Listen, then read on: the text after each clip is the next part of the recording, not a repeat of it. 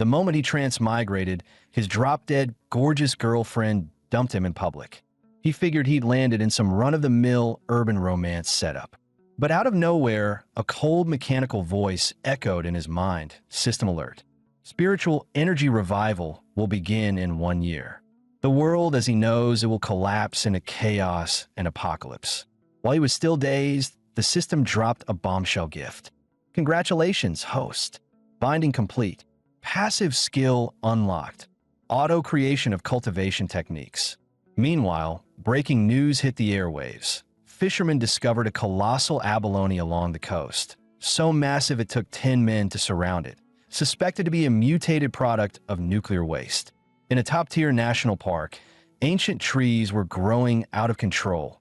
Roots sprawled for miles, drawing swarms of stunned tourists. Fissures split the earth wide open, veins of power stirring beneath, and monstrous vines descended from the sky, as if fairy tales were bleeding into reality.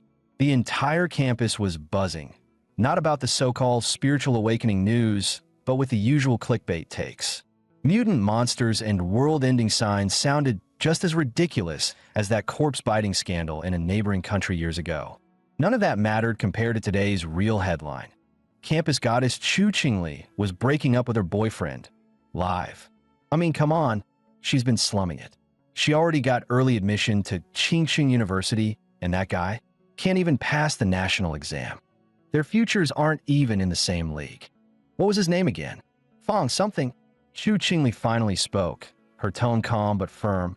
Fong Yi, I've thought it through.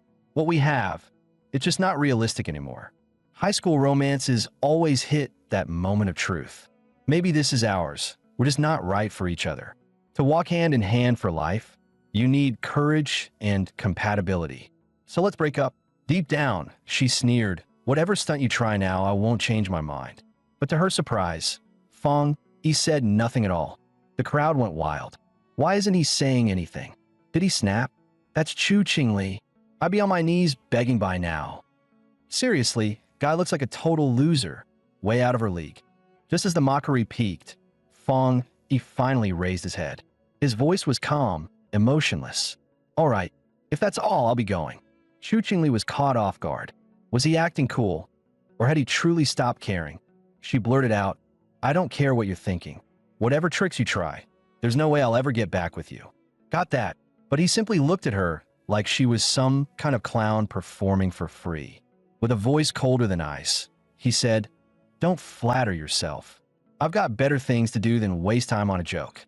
Then he turned and walked away. No hesitation, no second glance. Only he knew the truth. Neither Chu Qingli nor these gawking classmates had the slightest clue about the catastrophe looming ahead. Money? Status? Academic clout? All of it would turn to ash. He wasn't just some jilted student. He was a man reborn from the ashes of a ruined future. As for Chu Qingli, she was just a fleeting memory. Right now, he had bigger things to care about. A campus goddess? Public opinion? Let the world burn, because soon it would. The real threat was the chaos creeping in from the cracks. Humanity itself was on the brink. And it all began with the message that flashed in his mind last night. Alert! Full-scale spiritual revival will begin in 364 days, 11 hours and 59 minutes. Once activated, irreversible changes will sweep across the world.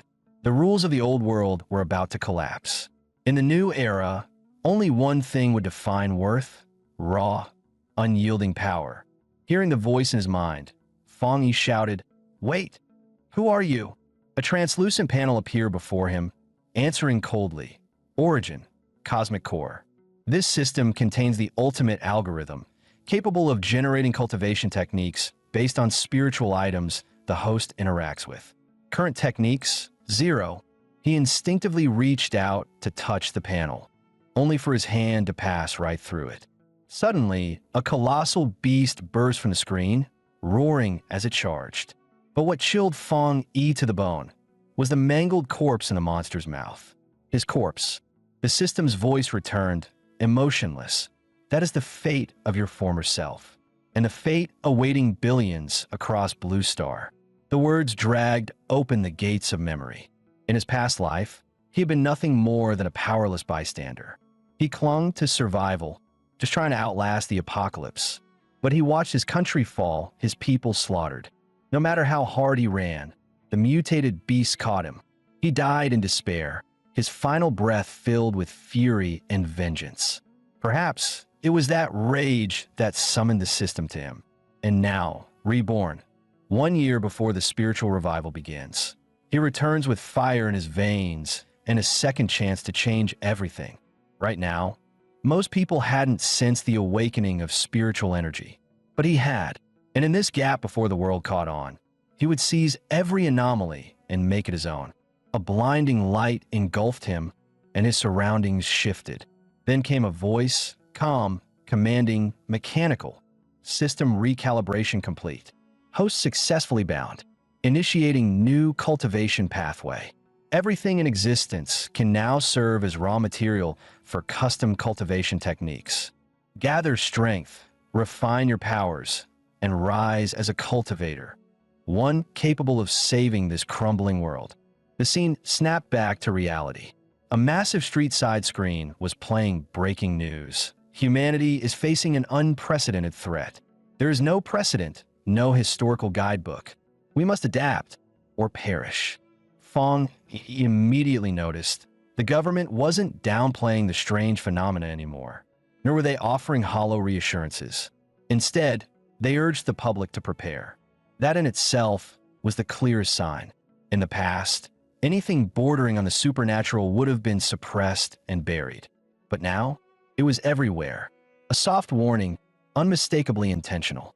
This was how Xi'an Nation always handled crises, quietly, rationally, and with subtle trust building, guiding the people to stay calm and believe in their country. Sure, his method was slower. None of that zero-cost minigun rampage stuff other transmigrators got. But it worked.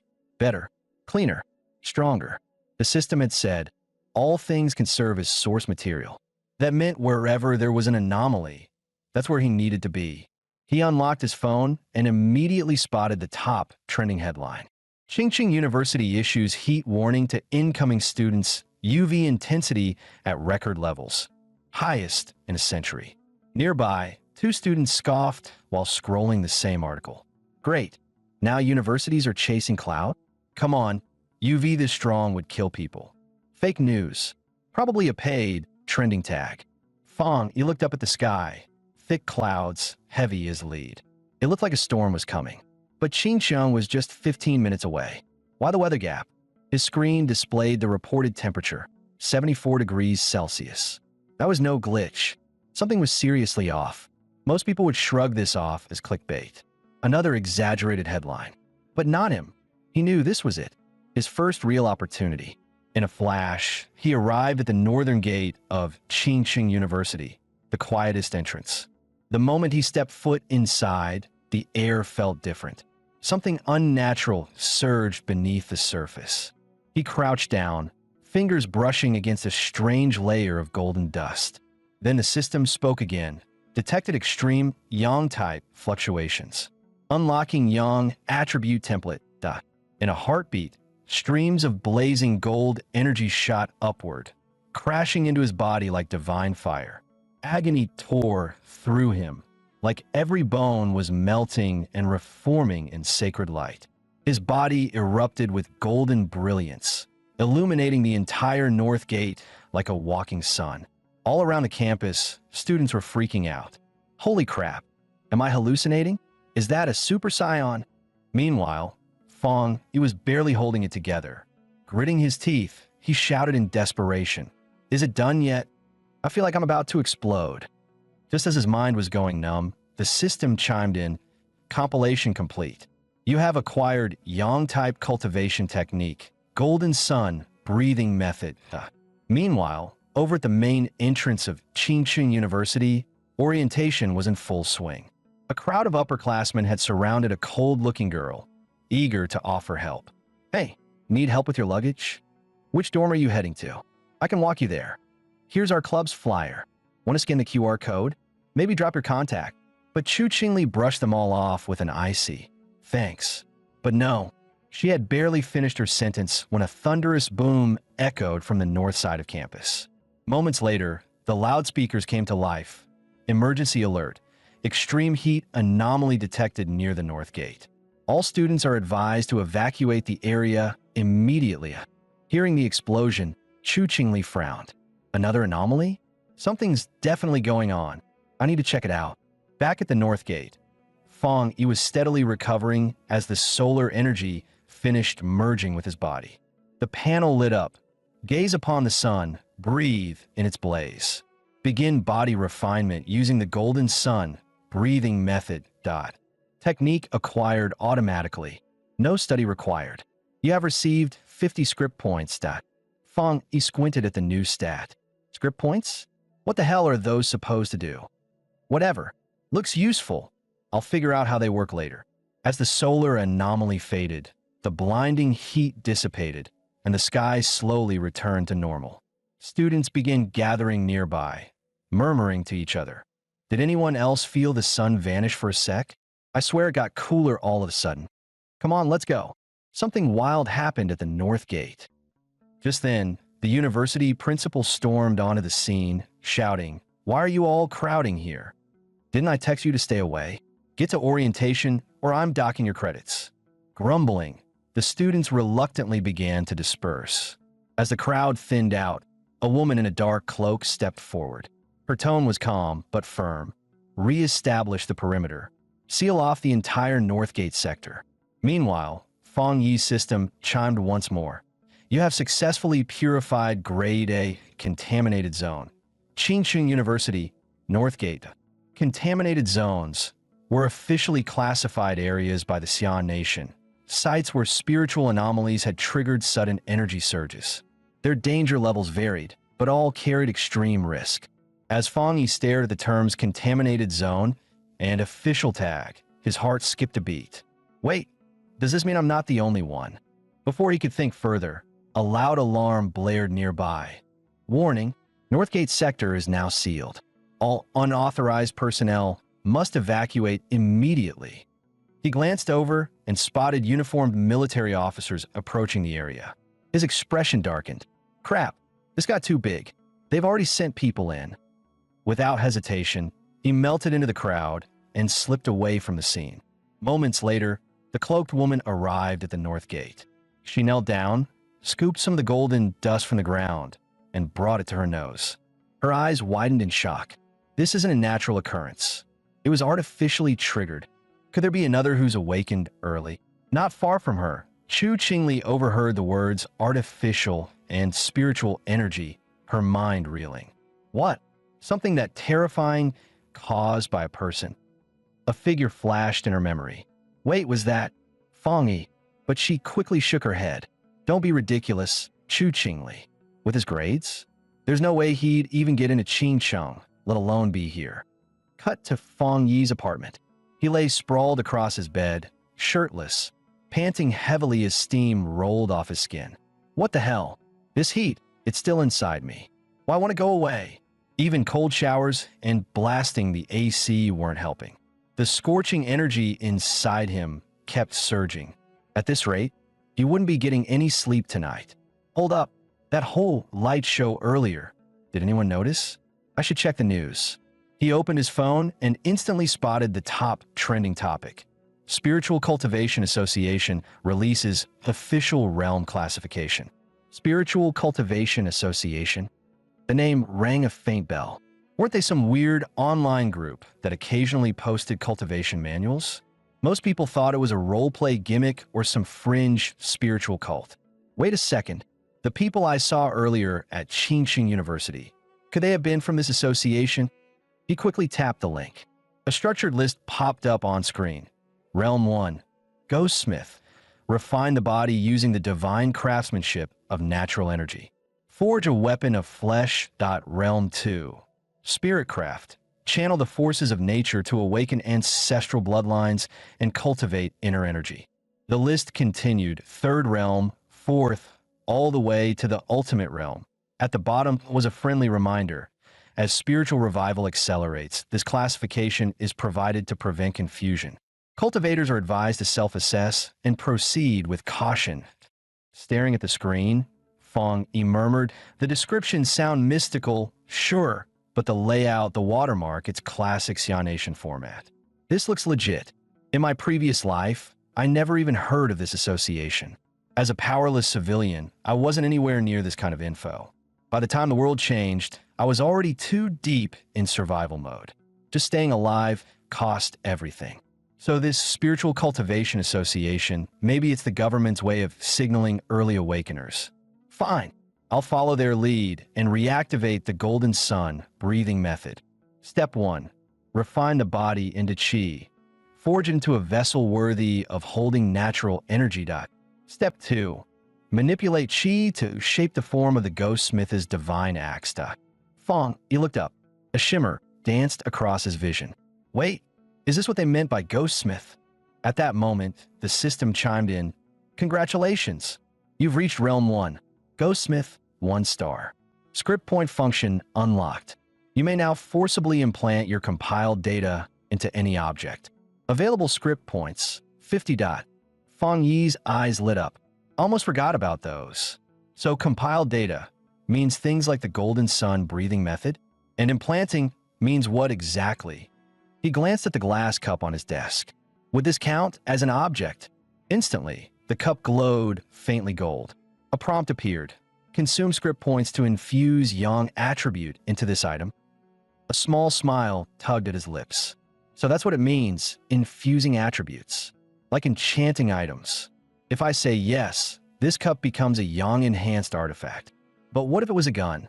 Or a sword? Could I forge my own personalized spirit weapon? From the look of it, I'll collect more attributes down the line. A custom-crafted, attribute-bound weapon. That could be my ace in the apocalypse. Fingering the glowing cup, Fong Yi muttered, "You'll do for a test run. If it works, I'll forge a true weapon. Maybe something cast in spirit fire. Gotta be fully armed for the monsters coming soon." But just as he was preparing for the future, a rustling sound echoed from the bushes below his apartment. In the next instant, a mutated rabbit with matted red fur and glowing eyes emerged into the street. It was gnawing ferociously on a man's corpse. Midnight came and went. As Fong Yi slept, a high-pitched squeaking stirred him awake. He frowned. Mice? That didn't come from my room. Not the plumbing either. Maybe someone's pet rat.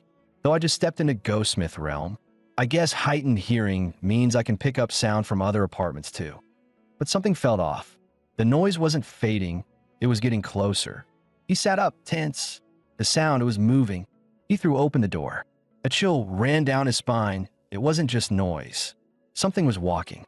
Suddenly, a black blur dropped from above, lunging straight at him, eyes wide. Fong Yi barely dodged and caught sight of the attacker. A mutated rabbit beast with jagged claws and glowing red eyes. An aberration. Damn, even with my past life's memories, seeing one up close still gives me chills. Cut to the sky. A military helicopter hovered over the city, its blades chopping through the night. Over the comms, a voice crackled with urgency. Target still not secured. The mutated rabbit that devoured the Dark Knight spirit fruit has evaded capture. It's too fast. A black-clad woman studied her scanner, then bolted toward the cityscape. She just caught a trace of the beast's lingering aura. Dark Knight aura reacquired, she reported. Target has entered a densely populated residential zone, 20 kilometers from our position. HQ responded immediately. All squads converge. Do not let escape. If we lose control here, every civilian in that district is at risk. Be advised, mutation is incomplete, but further evolution is highly likely. This thing could become even stronger. Stay sharp. Meanwhile, back in Fong Yi's apartment, the mutated rabbit lunged. Fangs bared, hunger blazing in its eyes. At the last second, his eyes flared with golden light. His body vanished in a golden blur, dodging the strike with ease. Whoa, he thought. Post-breakthrough, my body's a whole different beast. I can see its movements like slow motion, and my reflexes, they're insane. But this kind of creature showing up so soon. It's not even fully evolved yet, not like the ones I saw later in my past life. The Dark Knight attribute, at this stage, only makes it more vicious, more unstable. No choice. I have to kill it tonight, or everyone in this building is dead. With no hesitation, Fong lunged and grabbed the beast mid-leap. Gripping tight, he spun with full force. Its weakness is the tail. He hurled it out the window and jumped after it, eyes blazing, ready to finish what he started. Fong clenched his right fist. Golden energy surged and coiled around it, blazing like a miniature sun. With a roar, he struck. His fist pierced clean through the mutated rabbit's chest. But to his shock, the beast opened its jaws and began absorbing the residual yang energy from his strike. You're trying to absorb solar energy? Fong growled. You're mad. The sun's power is pure destruction. It'll tear you apart. As if on cue, a deafening boom erupted. The rabbit's body detonated from within, exploding into a mess of gore and burning fur. Fong stepped back, eyes scanning the scorched ground. That thing, it was starving, desperate to devour every ounce of power in me. Even with its Dark Knight attribute, it lunged at a natural counter like yang energy. It wasn't just mutated, it was ravenous. Beast mutations have already begun. If I were still that powerless nobody from my past life, everyone here would have been torn apart tonight. I need more than one technique. I need to gather as many powers as possible if I want to stand chance. Moments later, the black-clad woman arrived, her boots crunching on ash and debris. Her eyes widened in disbelief as she saw the remains. It's dead. Someone actually killed it. After confirming the area was secure, the black-clad woman reported through her comms. Target confirmed dead. Corpse is fragmented, beginning retrieval of remaining Dark Knight energy. But the moment her hand touched the residual energy on the ground, she recoiled slightly. It was burning hot. In that heat, she sensed a shockingly pure yang attribute. It was exactly like the one she detected at Chingchun University's North Gate. This can't be a coincidence, she muttered, then quickly called HQ. The rabbit wasn't killed by me. A new pioneer has emerged. High-purity yang attribute. HQ responded immediately. You're saying the North Gate purification event and the mutated rabbit, both were caused by the same person? And this person is only at Ghostsmith 1 star, yet has such pure elemental energy. Yes, same signature, same yang attribute. There's no record of anyone like this in our database. Someone this gifted. We need to make contact. Fast. Suspend your current mission. Priority 1 is finding this pioneer. Log their data. If possible, persuade them to join the Spiritual Cultivation Association. The woman nodded. Understood. But first, I need a milk tea. Despite the nonchalant tone, her thoughts were racing. Whoever this person is, they're a game changer. HQ's right. With power like that, we need them on our side, no matter what. Fong gazed out the window, sunlight spilling across his room. Morning is the key to the day, he murmured. And today's sunlight is blazing just right. Waking early really does help with cultivation. Bathe in the first light of dawn. The golden sun breathing method flows more smoothly than ever. Since reaching the Ghostsmith realm, he could feel his cultivated chi manifesting as threads of golden energy, gently coiling around the phantom form of a divine axe within him. After only a few breaths of practice, something shifted. His eyes snapped open. Already another breakthrough? The axe felt lighter, noticeably so. He smirked. Cultivation really is like chopping wood. Nothing fancy, just persistence. Clenching the axe with both hands, he swung, and the air itself split with a sonic crack. Right on cue, the system chimed. Congratulations. You've reached Ghostsmith Realm. 2 stars. The power surged through his body. Muscles tightened. Blood roared like a river in flood. That was fast, he admitted. But I guess it's because I hadn't fully burned through the momentum from my last breakthrough. From here on, I need to build it step by step. No shortcuts. His gaze shifted to the package beside him, his newly delivered, fully forged weapon. I can't keep training here. The phenomena I trigger are getting way too loud. I need a new, quieter place. Cut to the Spiritual Cultivation Association's headquarters. A senior officer answered the phone, his tone sharp. Solar energy spike detected again? Let me guess it's him. Meanwhile, Fong had made his way to a secluded riverside, far from the city. Consume script points to infuse yang attribute into this item. He had the prompt and thought back. Last time I tried this with a figurine, it technically worked, but the thing melted. Guess not every object can handle infused power. But this blade, it's different. It feels like it was born from the same energy flowing through me. We're perfectly synced. Moments later, the system confirmed. Yang attribute successfully embedded. Fong, he gave the blade a few swings. Fluid, balanced, powerful. Now this is a real weapon. Let's see what you can really do.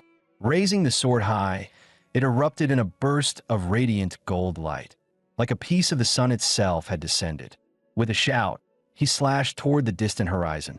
A golden arc shot forth, slicing across the lake's surface, sending waves crashing like a tidal surge. Fong Yi watched the resulting geyser of water explode into the sky. Phew, that was close. Almost scorched the entire forest. He glanced at the rising smoke. Yeah, this is way too flashy. Time to vanish again. Not long after Fong Yi had left, a figure rushed onto the scene, visibly out of breath and fuming. You gotta be kidding me. I was just getting a milk tea, missed him again by this much. Ugh, this is totally a cursed week. But the moment she saw the scorched riverside, she froze. What the hell did that walking disaster do this time? How am I supposed to restore this place? Is there a hotline for elemental disasters? She groaned. Great, another report. The cleanup team's gonna roast me alive. Ever since that guy showed up, it's been one supernatural mess after another. Her mood shifted quickly when she spotted the lingering energy signature nearby. Eyes widening, she muttered, no way. He was only Ghostsmith 1-star last night. Now he's already 2-star. And that energy residue, it's refined, structured. Don't tell me he's crafted a spirit weapon.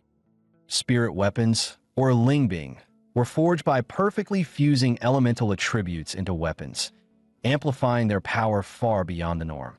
But spirit weapons are crazy rare. Even our association only has 2, and the energy core tech isn't even fully rolled out yet. So how'd he pull off? She stood silent for a moment, then forced a laugh. Yeah, right. I'm just overthinking this. No way he pulled all that off in one night. First things first, time to cool this river down before it starts boiling fish. Meanwhile, Fong Yi walked home deep in thought. I've got a Yang-type weapon now, but the system never said I'm limited to just that. Could I collect other attributes too? The system once said I could compile various functions.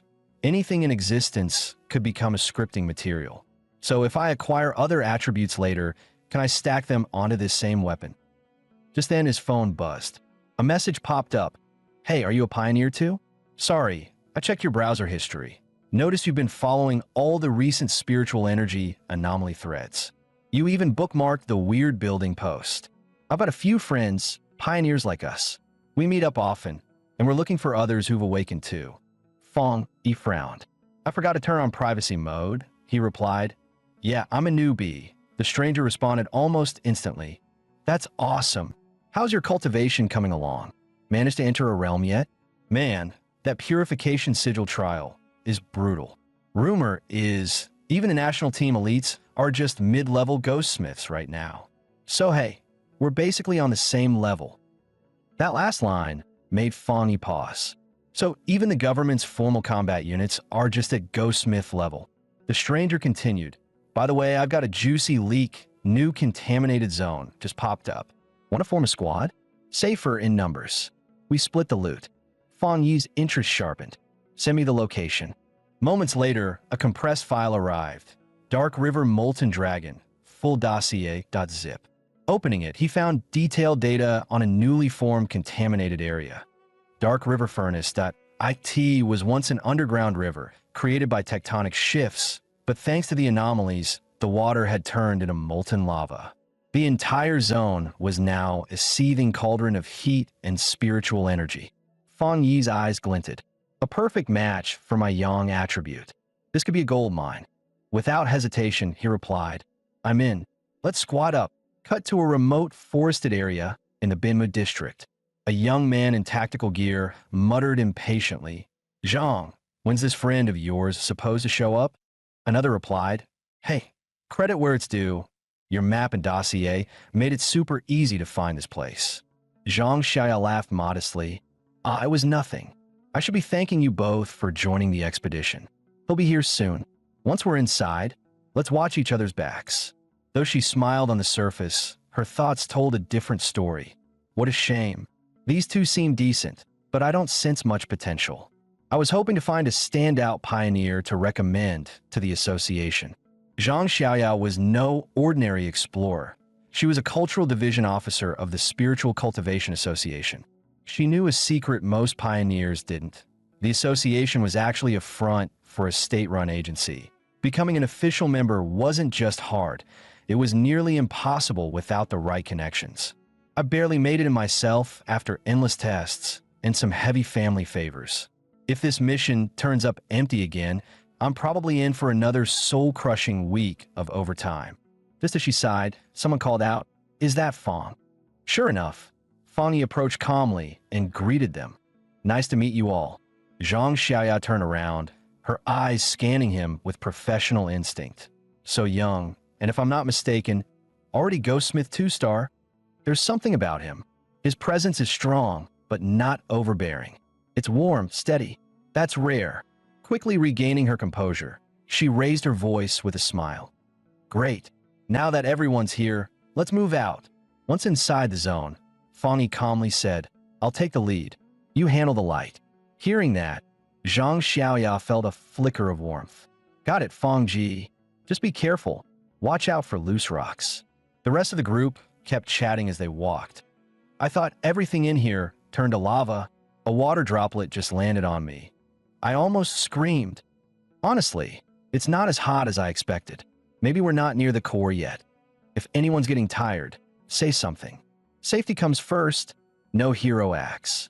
Fong listened quietly, thoughts stirring. I joined last, but they're treating me like one of their own. Whether it's genuine friendliness or just wanting someone reliable in this chaos, it feels real. Suddenly, Fong halted mid-step. His expression sharpened. Everyone followed his gaze and gasped. Molten red liquid bubbled and flowed across the path ahead. Lava! That's actual lava! But before anyone could react, Fong darted forward without hesitation. Zhang Xiaoya's eyes widened. "Wait, that's dangerous. Don't go running off." Then she watched in horror as Fong plunged his hand directly into the molten flow. "What are you doing? Are you insane? Someone grab him." But before anyone could move, the lava burst upward with a deafening roar. Boom! Just then, the system's voice rang out. Heavenly anomaly detected. Inner flame. Parsing in progress. Activating ultimate computational thread. New technique compiled. Crimson flame blade art. The system continued. Inner flame refers to extreme internal heat, explosive, volatile, and devastating in close combat. Crimson flame blade art must be used with a drawn weapon. Each slash ignites with roaring flame, the blade enveloped in fire. When battle intent surges, it can summon lightning-laced infernos, weaponized into pure destruction. Fong tightened his grip on his tang blade, a smirk forming. Perfect synergy. This skill matches my weapon exactly. System, consume script points and embed inner flame into the tang blade. Meanwhile, the others pointed toward him in awe. Look, he's okay. And his weapons absorbing lava energy. That must have been a breakthrough. The spiritual energy around here feels way calmer now. Great time for cultivation. The others nodded. Yeah, I can feel it too. Just a little focus, and I might enter the cultivation path. Same here. The energy's more stable and flowing easier than before. Zhang Xiaoya chuckled. Don't worry about a thing. I'm just here to gather data. You guys go ahead and cultivate. I'll keep watch. Moments later, the sound of heavy footsteps echoed from the cave entrance. Zhang Xiaoya's expression tightened. Others had arrived, uninvited. 3 men strode in. One of them, a red-haired brute with a massive sword on his back, sneered. Who let the trash in? This spot's ours now. Get lost or get buried. Her heart sank. All 3. Ghostsmith 1-star. We're outmatched. Even if we all fought together, we'd lose. Still, she stepped forward, voice steady. Sorry, but we found this spot first. My friend is already cultivating. If you're willing, you can join us. There's enough energy for everyone." The red-haired thug barked a laugh and snarled, "Shut it, girly. You even stepped into the ghostsmith realm yet? Scram, or get crushed." Zhang Xiaoya clenched her fists. In this chaotic new world, strength means everything. The weak get nothing. But the Xia Nation won't allow lawlessness forever. As a member of the association, I have to stand for something. Just then, footsteps echoed from deeper within the cave. Fong Yi emerged, calm and composed. He stepped beside her, eyes locked on the red-haired man. Big muscles, small mind. All that bulk just to bully a girl. Without another word, he raised his tang blade and pointed it to the ground. In an instant, crimson energy surged around him. Fiery, intense, overwhelming. The red-haired man flinched, stepping back with a shout. "Watch it! Fall back now!"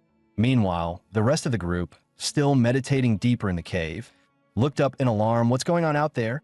Fong Yi narrowed his eyes. This world fell into chaos because too many cultivators embrace survival of the fittest. Words won't stop them. Only power will. Without hesitation, he raised his tang blade and bellowed, his voice like a thunderclap. "Get out!" The red-haired thug staggered back, panic flashing in his eyes. A second blast? What is this guy? A monster?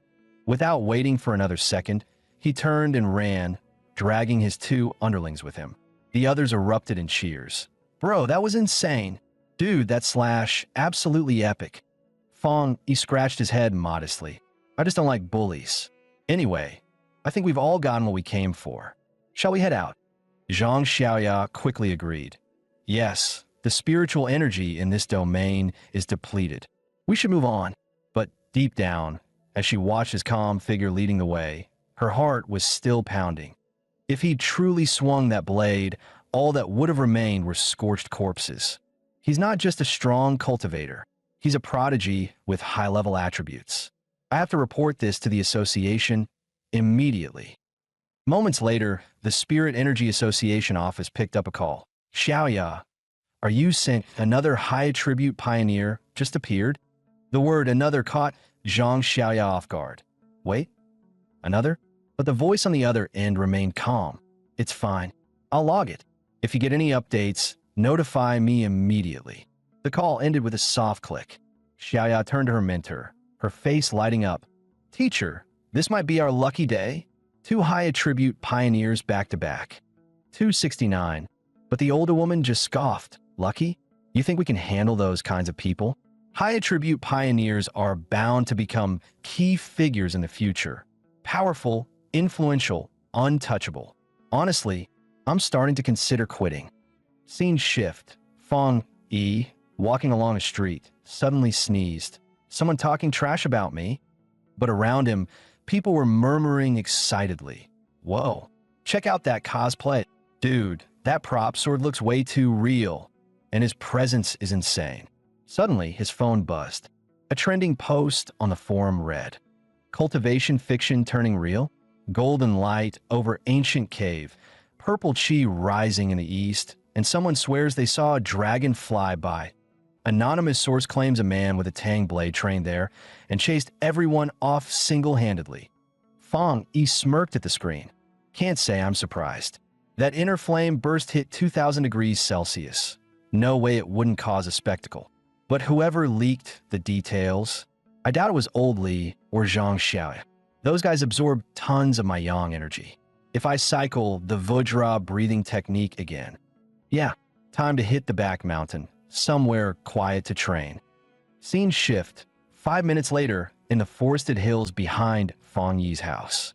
Su Qingying reached the summit, panting, finally done with that mess. But just as she caught her breath, a blinding golden light erupted in the distance. What an overwhelming aura. Someone's here, deep in the mountain. Her eyes widened as she spotted a colossal glowing axe forming midair. Wait a sec. Is someone breaking through to Axe Realm? Stage 3. This level of force. This isn't just a prodigy anymore. This is monstrous. No time to hesitate. I have to check it out. Could it really be him? If it is, I have to catch him this time. After successfully breaking through to Axe Realm Stage 3, Fong, he didn't rest. That very night, he stepped into a high-risk thunder zone, aiming to seize a new power. Electric energy rained from the heavens, crackling violently, all converging onto his body. His movements were lightning fast, so fast that he seemed like a thousand-armed deity, each motion leaving behind a flickering afterimage. As the last surge of energy entered his core, the golden battle axe above his head began to vibrate violently, emitting a deep, resonant hum. Meanwhile, Su Qingying arrived at a nearby peak and looked up at the sky, eyes wide. He's trying to wield the divine axe? He's controlling the lightning flow so precisely. Did this guy secretly cultivate for hundreds of years? She recalled her own failed attempt to reach Axe Realm Stage 3, rejected by the divine axe's pressure. She had vomited blood and spent a week bedridden. That kind of pain she never wanted to remember. Yet this man, standing firm amidst divine thunder, was lifting the axe as if born to do so. Those currents, that mastery. This guy isn't just a prodigy anymore. He's something else, something divine. Most pioneers rush their breakthroughs the moment they feel a hint of progress. But this man remained steady, composed like an old-world recluse, far beyond his years. Suddenly, Su Qingying noticed the divine axe shift its direction toward the east. Meanwhile, a cracking sound echoed from Fong Yi's body as if his very bones were shedding their limits. The system chimed in /congratulations. Host has advanced to Axe Realm Stage 3. Moments later, Su Qingying arrived at the clearing. But to her disbelief, it was empty, not a soul in sight. She stared at the vacant glade and sighed in despair. Missed him again? It's only been 30 seconds. He must have noticed I've been tracking him. At this rate, I'll never be able to recruit him. But then her expression shifted. Something fell off. Raising her voice, she called out, "Senior, I believe you're still nearby, aren't you?" Up in a tree, Fong narrowed his eyes. So it's really her. Been tailing me for days. With no reply, Su Qingying continued. I'm Su Qingying, squad leader of a pioneer unit under the National Aura Cultivation Association. I'm also a pioneer myself. On behalf of the association, I sincerely invite you to join us. We may not be fully public yet, but we are a legitimate organization. Official documentation, charter, the whole deal. After finishing her speech, Su Qingying nervously wondered, did I come off too strong? What if he thinks I'm harassing him? I need to be more careful with my wording and keep my tone gentle. 5 long minutes of silence passed before a calm voice finally broke it. Why? Flustered, Su Qingying stammered, because her mind raced. What should I say? Someone like him won't fall for flattery. If I lie or sugarcoat it, he'll see right through me. Taking a deep breath, she spoke earnestly, because the Xian Nation is trying to bring all pioneers together to build a structure, a system, and most importantly, a future. I understand it might feel like a restriction to someone as powerful as you, but we all have to face the unknown together. Unity gives us a fighting chance. Fong responded flatly. And what if I say no? I'm not ready to trust any organization just yet. Su Qingying froze, struggling to find a response. After a moment of hesitation, she reached into her jacket and pulled out a small item. My name is Su Qingying. Before all this, before the spiritual awakening, I was a national athlete. Maybe you've heard of me? Here's my ID. I hope this proves I'm sincere. Su Qingying's sudden move even left Fong a little stunned. After a moment, he realized he did recognize her. Makes sense, he thought. People with better natural talent tend to awaken earlier. No wonder she was so fast on her feet. But in his past life, the Xian Nation never managed to fully unite the pioneers. In the end, humanity was wiped out. Now that I've been given a second chance and a system, I do intend to get involved. Just not yet. The timing isn't right. With that in mind, he turned to Su Qingying and said, Yeah, I do remember you. I'll think about your offer. But for now, I need you to keep my whereabouts off the record. He made the request because from Su Qingying's attitude, it was clear, right now, the association wouldn't dare provoke a high-tier pioneer like him. That was something he could use to his advantage. Without hesitation, Su Qingying nodded. I can cooperate with that.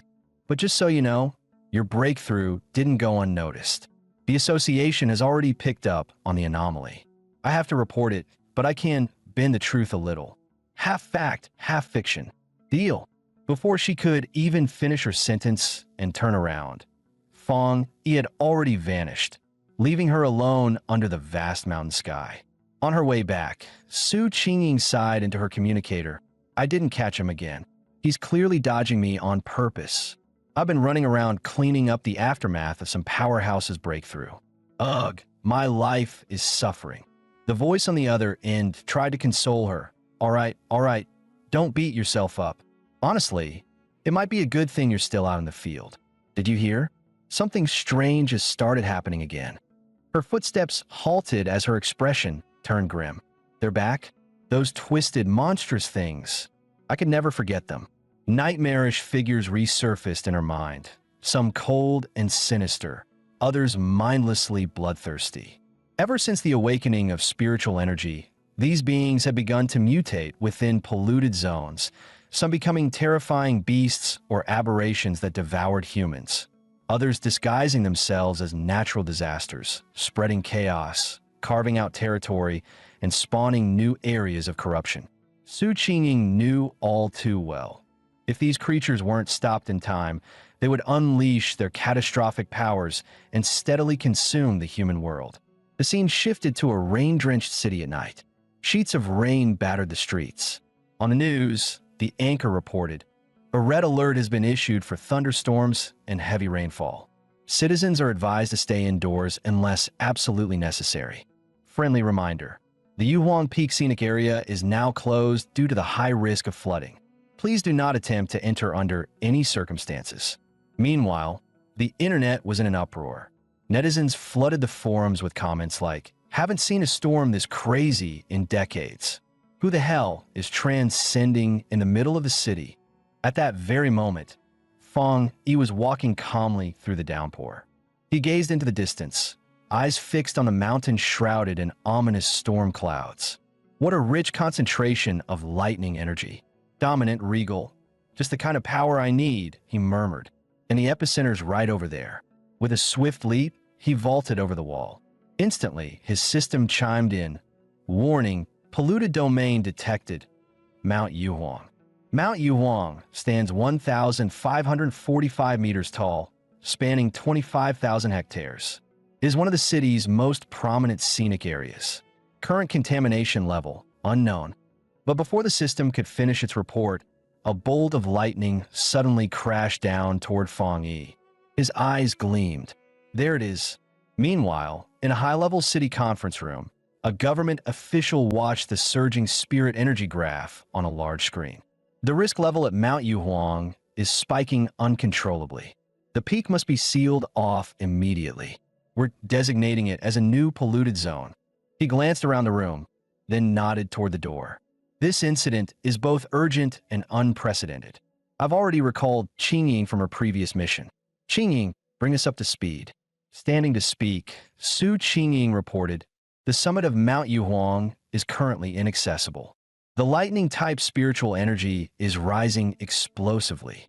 We've given the area an initial A-class contamination rating, but at this rate, it could reach S-class within the hour. We must activate emergency protocols immediately. Her expression grew heavier. According to all available records, no Pathfinder in our region has the ability to approach the zone. Not even myself.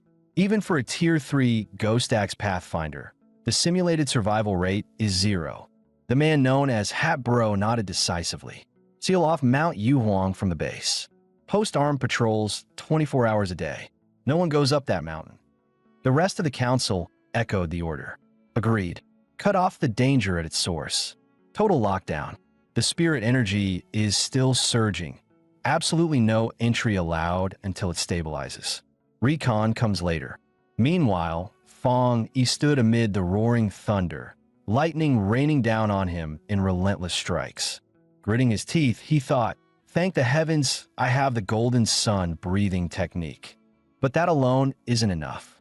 To harness the purest lightning energy, I need to reach the heart of the storm, Mount Yuhuang's peak. His gaze sharpened. thoughts turning grim. With spiritual revival, humanity didn't rise to dominance. Instead, we begun to fall to the bottom of the food chain. Even rabbits and rats now pose a threat, and far worse creatures will follow. Beasts of horror, monsters beyond imagination. Even powerful cultivators might not survive their wrath. Fong, he clenched his fists. I've already mastered the golden sun breathing technique and the crimson fire blade art, representing yang, energy, and inner flame. But that's still not enough. I burned through a ton of script points to embed both properties into my Tang blade. Yang energy boosts durability and defense, while crimson flame enhances destructive power. But if I rely too much on my weapon, I'll eventually be exposed. I need to strengthen myself, or I'll never have the edge against those cunning, brutal foes. He looked up at the storm-ridden summit. This lightning, it's the perfect catalyst to temper my body. In a world ruled by chaos, you either seize power from the storm, or die waiting for disaster to come. With that thought, his hand gripped the hilt. A heartbeat later, he slashed toward the lightning. Damn, the resistance is insane, he growled through gritted teeth. But retreat? Never. With a surge of will, he unleashed his full strength. The blade tore through the lightning with a thunderous crack, shattering the arc like brittle glass. Yet the backlash was brutal. Fong Yi spat out a mouthful of blood. This wasn't just lightning. It was divine retribution incarnate. It pressed down on him like judgment itself, furious that he dared trespass upon its sacred ground. It wanted him to kneel, but he asked himself, how do I make this power mine? Forcing himself calm, he recalled the system's earlier guidance. To master elemental energy, you must first make contact with its source. Suddenly, his eyes shot open. I've got it. With that, Fong Yi activated the golden sun breathing technique at full power. He realized he had to push his body to the limit, endure the agony, and reach the eye of the storm. Only by walking the edge of death could he be reborn stronger. Gazing toward the thundercloud's core, Fong Yi muttered, such overwhelming power. Even breathing is enough to make my muscles go numb. This storm wants me dead, but Fong Yi never backs down. A colossal lightning pillar suddenly shot skyward, tearing open the heavens like a blade of divine fury. Just then, the system chimed in, massive lightning attribute detected, commencing skill compilation. Meanwhile, down in the city, people stared at their windows in disbelief. I've never seen lightning like this in my life. Is some higher being transcending into godhood? I swear I saw someone up there. Is that lightning going to hit our buildings? Moments later, countless bolts of lightning erupted from a golden energy sphere, streaking across the sky like divine judgment. System update. You have obtained / divine thunder tempering, called down heavenly lightning to forge your body. Ascend through flesh to godhood. Plus 50 script points awarded. Feeling the surge of energy within his body, Fong Yi could hardly contain his excitement. The lightning element, an elite attribute focused entirely on offense. Unlike the sun element, lightning doesn't just burn, it tempers the body itself, forging strength through shock. It's ruthless, and that's exactly what makes it powerful. Ancient legends echoed in his mind. It said that cultivators of old drew thunder into their bodies through sacred oaths. With time, they became as unshakable as mountains, invincible and immortal. Clenching his fist, Fong Yi whispered, thunder is not just a weapon of destruction. It's a force of renewal. I can feel it refining my muscles, bones, and meridians, and there's no pain at all. It's like being reborn. Then, the system's prompt appeared. You have obtained pure judgment lightning, a divine energy that annihilates all evil. Grants plus 300% critical damage against corrupted entities. Use script points to implant this trait. Fong Yi hesitated. If I fuse it with the Tang blade, the weapon's durability will improve, but it might dilute the sun attribute's purity. Besides, overloading the blade with too many attributes might destabilize it. A spark of inspiration flashed in his eyes. He pressed his right arm. Why not fuse it with myself instead? The system responded, confirm lightning attribute infusion. Target. Right arm? Upon confirmation, arcs of lightning surged into Feng Yi's arm, fusing seamlessly with his flesh and bone. The next morning atop Mount Yuhuang, Su Qingying stood at the summit, reporting, "Major Han, the situation has taken an unexpected turn. Within just 3 hours, the spiritual density dropped from peak levels to mild contamination. However, traces of high-voltage static energy remain in the air." At that moment, Major Hanley knelt on one knee, pressing his hand against the damp soil. "Someone's been here. A pathfinder." Su Qingying gasped, "What? Another pathfinder? Then is he still alive?" She quickly mimicked the motion, palm to ground, trying to sense any residual aura. "I can't detect his element or when he left. Maybe the rain last night washed everything away." But Hanley calmly responded with a precise judgment. "He left around 8 p.m. last night, unharmed." Seeing Su Qingying's puzzled face, he elaborated, "The anomaly began at 6 p.m. By 7, we had already sealed the mountain base. He must have climbed up before that, or we would have caught him. Besides," Han continued, "our instruments predicted the pollution level would hit S-class before midnight, especially around 7 p.m. when the lightning peaked. But right after 8, the energy surge began to subside." Standing up, his gaze sharpened. "I also sensed lingering, lightning elemental energy. That means this person not only withstood the storm, but likely used it to power through a breakthrough. For him, the chaos was a golden opportunity." Han's thoughts turned cold. But was it truly luck? Or did he purposefully tap into the celestial upheaval? He moved faster than we did. Turning to Su Qingying, his voice dropped into a grim tone. "People like him are the most dangerous. We have no idea what side he's on. If he turns rogue, the damage could rival a natural disaster. We need to find him fast." Meanwhile, back at home, Feng Yi randomly sneezed and rubbed his nose, oblivious to the storm he had stirred. Hanley had already turned to his men, issuing orders. "No matter the cost, identify and locate this individual." Operation codename Tyrant. Hanley stated that he hoped the association could recruit the Tyrant as soon as possible. On their side, they would seal off the news and start the investigation immediately. Hearing this, the association's representative quickly replied, "Of course. But we also have a high-level pioneer trying to make contact. Xiao Su, report to Major Han." The sudden request caught Su Qingying completely off guard. Forcing herself to stay calm, she said, "Yes, earlier, at the ill-level contamination zone, outside the north gate of Qingxing University. The one who purified the anomaly was that pioneer." Inside, she was panicking. Crap, don't let them see through me." After steadying her nerves, she continued, "I've been trying to get close to him, but his movements are extremely elusive. I once found the corpse of a mutant hare he killed. If I'm not mistaken, his attribute should be solar flame. I'll do my best to approach him and uncover how he purified the north gate of Qingxing University." Deep down, Su Qingying sighed, "Ancestor, I've really done my best. Mixing truth with lies is the only way to make them believe me. Say nothing at all, and I'll definitely crash and burn." Major Han thought for a moment before saying, "Solar flame? Huh? Understood. Xiao Su, well done. We need promising youngsters like you to rise and surpass the old guard."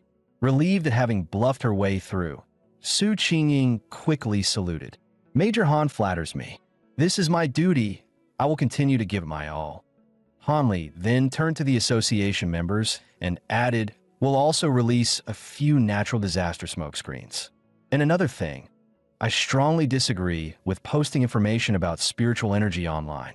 Such news will only be exploited by those with ill intent." The scene shifted, and Feng Yi was already back home. He aimed the golden sun breathing technique at his jacket. In the next instant, the fabric dried completely.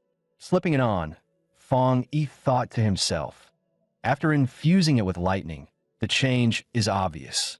His right hand now felt like it had undergone a lightning-forged transformation, becoming the toughest part of his entire body. It seemed as though he was brushing against another breakthrough. What shocked him even more was that the once dominant lightning attribute, after merging with him, had turned obedient, like a tamed kitten, flowing smoothly under his control. He remembered the agony of unlocking the solar attribute the first time he used the golden sun breathing technique. Pain too unbearable to recall. Yet, after absorption, that torment had truly lessened. Fong Yi recalled the system's prompt. This attribute dealt 300% critical damage against abominations and evil spirits. He was already eager to test it out. Just then, his phone on the table suddenly rang. Seeing this, Fong Yi's heart sank. What now? After the last incident, he had set all news and forum alerts as priority notifications. In these times of great upheaval, the Xia Nation would always issue danger alerts immediately, doing everything possible to protect ordinary citizens. Yet within those alerts lay hidden opportunities, an irresistible lure for pioneers like Fong Yi. Even if it meant the risk of perishing, he would still take the gamble. The moment he opened the message, Fong Yi's eyes sharpened. Chemical plant explosion. No casualties reported. The blast has caused urban contamination, and the cause is under investigation. The incident occurred during shift change, resulting in no injuries. Citizens are advised to remain calm and prioritize personal safety. Reading the words explosion and contamination, Fong Yi immediately thought an event of this scale couldn't be as simple as it seemed. The live chat was already flooded with comments. My house is nearby. Not gonna lie, the feeling was really strange. I can't even describe it. Was it a cold, sinister aura? Replying to the post above, yes, exactly. Cold and sinister. That's the perfect way to put it. Seeing the phrase cold, sinister aura, Fong Yi frowned. It felt disturbingly familiar. Then it struck him. The same evil terror from his previous life. Back then, he had hidden in the corner, too terrified to even move. Could this explosion be connected to them? Those creatures that always emerged from the shadows and thrived in the darkness? These creatures might once have been ordinary plants or animals, but after mutation, they gained intelligence and frenzied strength. Their senses, hunting skills, and killing ability all became twisted and terrifying. This was 100 times more dangerous than the mutant hair before. Tonight, he had to move out and stop them from evolving further. It was the perfect chance to test his 300% critical strike in real combat. The scene shifted. The city was drenched in heavy rain. As the light turned green, several figures suddenly flashed across the street with a sharp whoosh. The squad leader's voice came through. Reporting to HQ, the Annihilator Squad is pursuing Archive Number 7 anomaly, Night Candle. We've temporarily lost visual on the target. Known abilities. Merges with the night, conceals its form, produces faint E sounds when approaching, and is man-eating. Requesting immediate archive updates. With this weather, it's bound to start feeding soon. We cannot allow that to happen. HQ quickly responded, acknowledged. Supplementary data on Archive Number 7, Night Candle, has been uploaded. Extermination operation approved at Priority B level. Resolution expected within 12 hours. Annihilator Squad continue pursuit, but above all, prioritize survival. Upon receiving the order, the Annihilator Squad immediately replied, no problem. They knew full well that 12 hours wasn't exactly fast, but it was already the maximum support HQ could provide. With Xia Nation's vast territory and outbreaks everywhere, the central command was stretched thin. Just then, HQ called back again. Wait. In the area you're approaching, we have operatives from the Spiritual Cultivation Association. Squad leader Su Qingying is currently on pioneer observation duty. We can send word for her to assist you temporarily. Hearing this, the squad leader quickly responded, understood. Much appreciated. Please have her come over as soon as possible. I've heard of her record. But the very next second, a voice suddenly rang out. Since when did I get so famous? Don't tell me this is just another overtime call. As Su Qingying appeared, the squad leader hastily explained, this mission isn't about overtime. Our target this time is Night Candle, a man-eating anomaly. Su Qingying, however, turned on her heel to leave. That's your attitude when asking for help? Seems the Annihilator Squad is so strong it doesn't need outside assistance. Linging Squad won't bother then. One of her subordinates teased, Boss, That's ruthless. What if they really get eaten? Another snorted. Then that's their problem.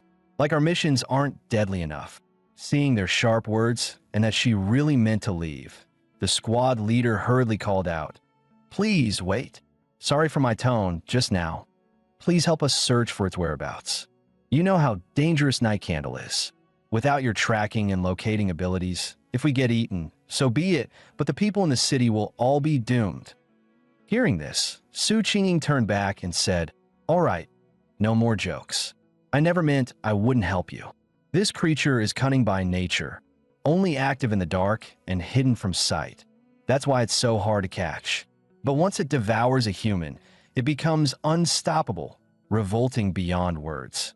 We'll do everything we can to help you capture Night Candle." Meanwhile, Fong Yi stood in the rain, inhaling the scent carried through the air. Gazing into the distance, he muttered, "I smell it. The stench is unusually strong. Has this thing already grown that powerful?" At that moment, Su Qingying's squad and the Annihilator squad arrived at the scene. Su Qingying raised her palm, and a beam of blue light shot forward. She declared there, "I've found it." HQ transmitted an update. Archive number 7, Night Candle. Prefers dark, damp environments and preys on humans. The squad leader acknowledged, understood. Then he gave the order, "Annihilator squad, commence operation." At the same time, Night Candle had already sensed their presence. Seeing it turn to flee, the squad leader shouted, "Target has spotted us. Annihilator squad, formation now." In the next instant, a figure blocked its path, calling out, "East positioned." Almost immediately, voices echoed one after another. "North in position. West in position. South in position." The target was now fully surrounded, awaiting the squad leader's command. Then, from above, a silhouette came hurtling down toward Night Candle. In the blink of an eye, a brutal hand strike slashed across its waist. But the blow failed to deliver a fatal wound. With a single step back, 2 sharp spikes suddenly erupted from its body. Accompanied by a furious roar, a pair of black wings tore their way out of Night Candle's flesh. Seeing this, Su Qingying shouted urgently, "Watch out for its sonic wave. Dodge now." No sooner had the words left her mouth than several squad members were blasted away. Even the Annihilator squad's captain was injured, forced to leap onto a rooftop to recover. Inwardly, he cursed, "Night Candle truly is powerful. If we hadn't pulled back in time, our bones would already be shattered." With this level of destructive power, combined with its terrifying dark attribute, letting it linger in the city would spell absolute disaster. But before he could think further, Night Candle's mouth suddenly swelled. The next second, it spewed a cloud of black smoke onto the ground. In the blink of an eye, the pavement corroded into a gaping hole. Su Qingying cried out, "It's trying to burrow underground." She rushed forward to stop it, but was held back by a teammate. "Captain Su, that's dark attribute with corrosive properties. The instant it makes contact, it eats through any structure. Without a superior counter attribute, we can't resist it head-on. Even if it corrodes the ground, it won't create an escape tunnel instantly. Don't disrupt the Annihilator squad's formation. Our main role is gathering intel and adjusting strategy." The Annihilator squad members, faced with such a venomous creature, couldn't help but feel a surge of fear. Just then, a pair of blood-red eyes suddenly gleamed in the dark. In the next instant, the monster charged straight forward, crashing through the spot where one of the squad members stood. "Don't let it escape." After it, the others shouted in alarm. Immediately, several members of the squad gave chase in the direction Night Candle had fled. From above, Su Qingying suddenly called out, "Wait." The concentration of abnormal spirit energy just spiked. "You stay outside, I'll follow them in." Soon, they tracked it into an abandoned factory. Upon entering, Su Qingying said, "Let me check the spirit energy levels first." When the squad leader saw the device in her hand, he was taken aback. "That's the new auxiliary equipment developed by the association, isn't it?" Su Qingying nodded. "Correct.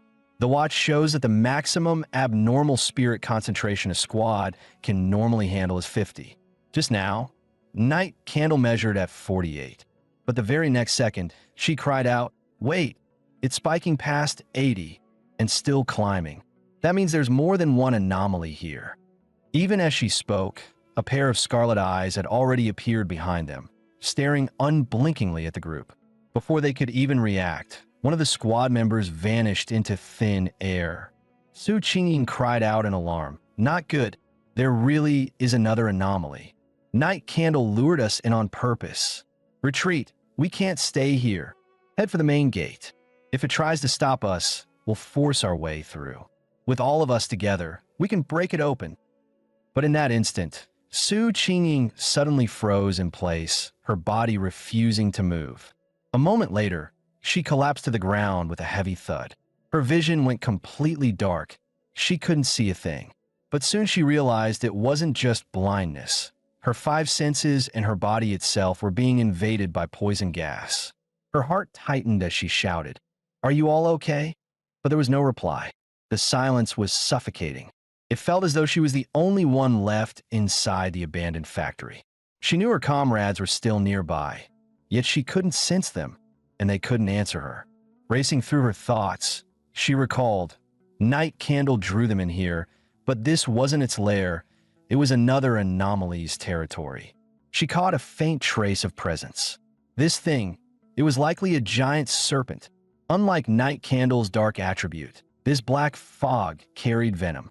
From the very moment they stepped inside, they had already been poisoned. The toxins dulled their senses and rapidly drained their spirit energy. If they used spirit energy attacks, the depletion would only accelerate until nothing remained. Without spirit energy to protect her body, she would soon be nothing but a corpse. What kind of anomaly is this? Not only does it possess combat intelligence, but its ability is utterly overwhelming, playing us like prey in its own domain. Is my life really going to end here? But just as Su Qingying sank into despair, the roof above them suddenly split open. In the next second, a figure shattered through the building and descended from the sky. By now, Su Qingying's eyes slowly drifted shut, powerless to resist. The figure who descended from the sky was none other than Fong Yi. Landing firmly, he glanced around and said coolly, "So, it's a dark attribute anomaly?" The next instant, the massive serpent lunged at him with its gaping jaws. Fong Yi leapt aside, only for Night Candle to immediately pounce at him. Seeing this, Fong Yi sneered, "I see now, two anomalies. One lures, the other harvests. Clever enough. No wonder the spirit energy here is so abnormally dense." As Night Candle sank its fangs into his arm, Fong Yi chuckled. "So you like biting that much? Then savor the taste of lightning." With that, a violent surge of electricity erupted, obliterating Night Candle in an instant. Without pause, he swung his blade, unleashing a slash of golden flame that roared toward the serpent. Wielding the blazing warblade, Fong Yi stood like a war god, his voice cold. "Your turn. Are you afraid of fire?" The dark serpent roared and lunged at Fong Yi once again.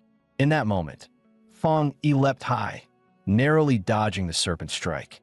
Gripping his blade tight, he roared, "Beast, take this!" In the next instant, a blazing sword strike infused with lightning came crashing down.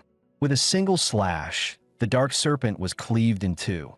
Yet as Fong Yi landed, he suddenly froze. To his shock, the serpent's bisected body began to regenerate. Fong Yi narrowed his eyes, thinking, so it still has a trump card. Just then, sparks of electricity crackled violently from its wounds. The next moment, arcs of lightning surged through its entire body, wrenching agonized roars from the beast. Witnessing this, Fong Yi allowed himself a faint smile. Good thing I sensed it early. The serpent's dark aura was even heavier than Night Candle's.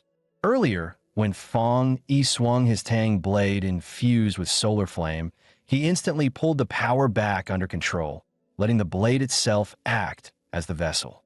There, he condensed the lightning in his hand and forced it straight into the serpent's body. He thought to himself, Night Candle may be sinister and sly, but its strength is limited. At most, it threatens a handful of humans, one or two victims at most, never fully evolved. But this serpent, It's something else entirely. Just then, a sharp pain shot through Fong Yi's shoulder. Looking down, he found a serpent scale embedded in his flesh. Fong Yi immediately burned it away with solar flame, sneering, as expected of such a cunning mutant. Its intelligence is growing too. Its venom carries a built-in paralysis effect, killing silently without warning. He muttered with relief. Luckily, I can still feel the sting. That's thanks to the golden sun breathing, circulating non-stop inside me. The solar flame dissolves toxins. The golden sun breathing heals and shields my body, and lightning purifies what remains. Together, they trigger a sharp pain whenever poison invades, acting as a warning, alerting me to enemy strikes. But anyone else, even with some defensive ability, would be doomed. With no antidote, they'd have no chance. His gaze hardened. No wonder this serpent grew so massive in silence. At the very least, its ghost forged rank 3, and its ambush predator style explains the rest. Paired with Night Candle, they make the perfect trap for elite pioneers. The number of people it has devoured must already be terrifying. Many pioneers who never regrouped with the authorities were likely killed by it. Fong Yi exhaled slowly, eyes sharp as blades. But no matter how vicious, no matter how cunning, it will still be reduced to ashes. The solar flame was pure and refined, but it was still the triple critical lightning that shone brightest. Fong Yi thought to himself that his combat level now placed him solidly among the better pioneers. Just then, his expression sharpened as he gazed thoughtfully ahead. Slowly, he stepped forward into the flames. As his hand reached out to touch the fire, he suddenly discovered there was someone inside. Slumped weakly against the wall was Su Qingying. Approaching closer, Fong Yi recognized her instantly. Well, isn't this the association's Su Qingying? He smirked and said aloud, "Hey, drop the act. Your playing dead skills aren't exactly convincing." Flustered, Su Qingying covered her flushed face and blurted, "I wasn't faking. The stench woke me up." Yet inside, her heart screamed, "Oh no, it really is him. Of all people to run into here." Fong Yi looked at Su Qingying and said calmly, "You're strong. Your teammates have all drained their spirit energy and lost consciousness. Yet you still managed to keep a trace of protection. Without a firm will, you wouldn't even be able to smell the blood and the burning." Hearing this, Su Qingying thought to herself, "It's true. I did keep a sliver of spirit energy to shield myself." And he noticed. But I have no idea how he managed to defeat Night Candle or that serpent. Seeing her remain silent, Fong Yi continued, "You don't need to keep covering your eyes. As long as you keep your word and don't reveal my identity, that's enough. It's late. Since neither you nor your comrades are in mortal danger, I'll be leaving." Su Qingying opened her mouth, wanting to say thank you. But Fong Yi was already walking away, leaving only, "No need. Too many mouths here. It's better you handle things." As he departed, Fong Yi felt a surge of relief. Good thing she didn't see. When I tried touching and absorbing the dark attribute, just now, the chill and discomfort were nauseating. Maybe it was because I had already dispelled the dark energy and my body instinctively rejected it, that it failed. The system didn't respond either. Forget it. I'll review everything once I'm home. Meanwhile, Su Qingying gazed at the direction Fong Yi had left, sighing inwardly. What a shame. I didn't even see his face. Looks like he still hasn't lowered his guard against the association. She then walked over to the Annihilator Squad's captain, gave him a light pat, and said softly, "Wake up. It's over." The man slowly opened his eyes. Su Qingying told him, "We were ambushed." But when he looked up and saw the monster's corpse, everyone froze in shock. What is this? Where did such pure solar attribute come from? With a complicated expression, Su Qingying explained, "As you can see, a pioneer stepped in to save us. He should be the target of my mission. My assignment was to track and identify a pioneer with an extreme high-level attribute, the solar attribute. But I've never been able to confirm it. His identity is still a mystery. In truth, he even counter-detected me. He knew exactly what I was doing. And yet, this time, he protected me." Her words left the squad utterly stunned. He took down both Night Candle And that serpent alone? There's someone that powerful. The captain steadied himself and said, "Enough. Let's process the scene first and submit the remaining materials to the association." But as he stepped on a chunk of flesh, a sudden crackle of electricity hissed to life. His eyes widened in alarm. Such violent energy. "Captain Su, you said he was solar attribute? But this residual electrical charge, it's way too strong." Walking closer, Su Qingying recognized the remains of Night Candle. The lightning attribute lingering on it was frighteningly pure, undeniably high level. Staring at the crackling currents on the ground, the Annihilator Squad captain muttered in confusion. Could it be two high-tier pioneers appeared here? One killed the serpent, the other slew Night Candle, and then they left together. But Su Qingying knew with absolute certainty that wasn't the case. How could I explain this? Only he was here, but no one would believe it.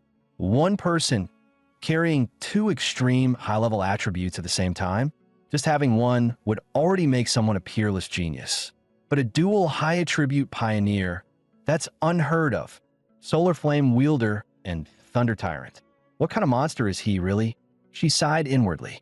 Good thing I stationed members outside the factory. If I stayed inside too long, they'd immediately report back to the association. As expected, the association dispatched interrogation staff to the scene, originally intending to collect their corpses. Right then, two squad members rushed over, clinging to their captain's leg and bawling, "Boss, you're alive. We thought we'd lost you for good." But Su Qingying knew their real priority now, scanning for residual energy, analyzing the traces, and reconstructing the battle. And finally, reporting the outcome of the incident back to the association. Moments later, an association investigator spoke up. "Captains, based on the analysis of residual traces here, both the attack patterns and the kill methods, there's a 99% probability that the same individual slew both anomalies." Hearing this, the Annihilator Squad's captain was stunned to his core. So it really was a dual high-tribute pioneer? I thought we might have been mistaken, but thinking about it, either one of those anomalies alone could have buried us here. Another squad member, equally shocked, muttered, "Exactly.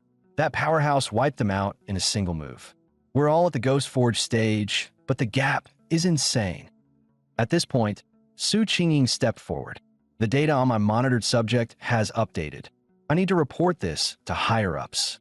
Moments later, she relayed the situation. "According to my monitoring, both the Tyrant and the Qingshan University Northgate incident point to the same person, my assigned subject." HQ replied, "Understood. Xiao Su, your mission is suspended for now. This individual saved you, eliminated the anomalies, and secured the area. That proves he doesn't resent the association and isn't our enemy. My view differs from Old Han's. For your safety, and to ensure the association leave a good impression on the Tyrant, you are not to approach him for the time being." Su Qingying acknowledged, received, but then added, "I do have another suspicion about the time in the back mountain, right before the Tyrant's ascension. In the area he operated, I sensed an extraordinarily powerful aura. Back then, I suspected he might have a spirit weapon, but dismissed it as unlikely. Now that it's confirmed he's a dual high-attribute pioneer, the probability is much higher." At the mention of him possibly wielding a spirit armament, the leader at HQ narrowed his eyes sharply. He then said, "That's unlikely. No matter how gifted he is, it's impossible to possess a spirit armament without outside support or resources. Besides, our investigators found no traces of a third spirit armament attribute at the scene." But Su Qingying countered, "That's not right. When I came into contact with him, I clearly sensed the energy of a spirit armament, and it was solar attribute." Hearing this, the HQ leader muttered, "So that's it." He went on, "If the armament's attribute comes from his own solar attribute, then if he has already reached the creation realm's sovereign level, it's theoretically possible to forge one using only his own power." At the words creation realm, Su Qingying froze. After all, across the entire world, sovereigns of that level could be counted on less than 2 fingers. The voice on the other end continued, "If this individual truly possesses a third attribute of spirit energy, it would rewrite the current balance of power and shake the entire pioneer community. Research has shown that different attributes of spirit energy are mutually repulsive, almost impossible to coexist in one body. To date, no pioneer has ever wielded three attributes at once. If he truly has a spirit armament, then the fact we haven't detected a third attribute might not be a bad thing. Let's just hope that someone with such overwhelming power never becomes humanity's enemy. Meanwhile, Fong Yi stepped out of the shower, water still dripping from his hair. Inwardly, he calculated. Less than a year remained before the full revival of spiritual energy. Yet already, heaven and earth had begun to twist, anomalies stirring violently and strange phenomena erupting everywhere. Many pioneers, like himself, had taken to cultivation on their own. By opening the body's interface with the spiritual world, they could sense the world's shifts far more keenly than ordinary people. Just like those people he had encountered in the underground river. Not officially recognized by Xia Nation, yet through self-cultivation, most had already reached Ghost Mansion realm, 1 star. Now, Xia Nation extending goodwill to wild pioneers like him meant both the authorities and the independents were in a relatively stable stage of exploration. The anomalies remained within the state's control for the moment, and pioneers were not yet in serious conflict with one another. And yet, although the government had already established a spiritual cultivation association, it remained hidden from the public eye. Everywhere, people openly discussed their sense of danger and uncertainty. From this, it was clear the authorities were trying to both protect humanity and discreetly warn of the looming crisis. But herein lay the problem. Fong Yi could feel it. The authorities had no confidence in launching a fully open cultivation era. With such a vast population, making it public would first collapse order. Internal unrest would spark mass chaos and death. At present, even the recognized pioneers lacked the strength to stabilize the turmoil. Caught between internal and external threats, society would crumble even faster. Thus, the government had chosen this gradual, cautious approach, and it wasn't wrong. After all, human hearts could be more terrifying than ghosts or gods. But what worried Fong Yi was that anomalies were developing faster than he had anticipated. What he had faced today was a textbook case of a mutated field corrupted by dark attribute. From a moment he touched the black mist, he realized it belonged to a sub-branch, shadow attribute, the natural nemesis of pioneers. Worse still, these anomalies were far more intelligent than ordinary beasts. Not only did they crave human flesh, but pioneers' bodies were treated as supreme nourishment. Sometimes, they even allied with each other, setting traps specifically to hunt pioneers. These anomalies weren't as terrifying as the dark attribute beings he had once witnessed. Creatures capable of wiping out an entire nation, even a continent, with just one force. But without his pursuit today, that squad, and the people who wanted to recruit him, would have been finished. For a mere sub-attribute to be this vile and chilling only proved how great a threat the dark attribute truly was. Still, since he couldn't absorb it for now, did that mean once the system's conditions were met, he would be able to?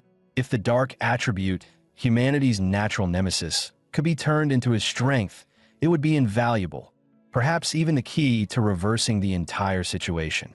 As of now, he commanded the golden sun breathing of the solar attribute, the 100-fold divine thunder of the lightning attribute, and the crimson flame blade technique, a sub-attribute of solar flame.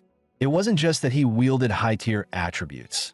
The most important part was that he had cultivation methods perfectly tailored to him, coupled with his ghost-forged 3-star strength. There were few pioneers who could stand against him.